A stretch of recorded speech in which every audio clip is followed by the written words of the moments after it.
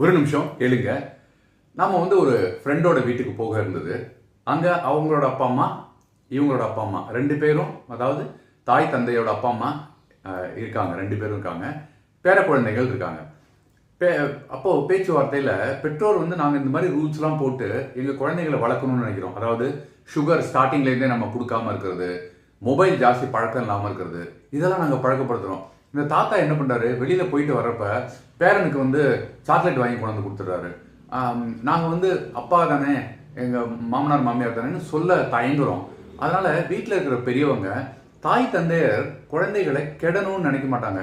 ஒரு ஹீரோவா இருக்க வேண்டிய அவங்க அவனை வில்லனா மாத்தாதீங்க, உங்க அப்பா கிடைக்காண்டா எனக்கு தெரியாது அவன் என்னெல்லாம் பண்ணான்னு அப்படின்னு நீங்க உங்க பேரண்ட்டை சொன்னீங்கன்னா தாய் தந்தையர் அவங்க எப்படி மதிப்பாங்க? யோசிச்சு பாருங்களேன்.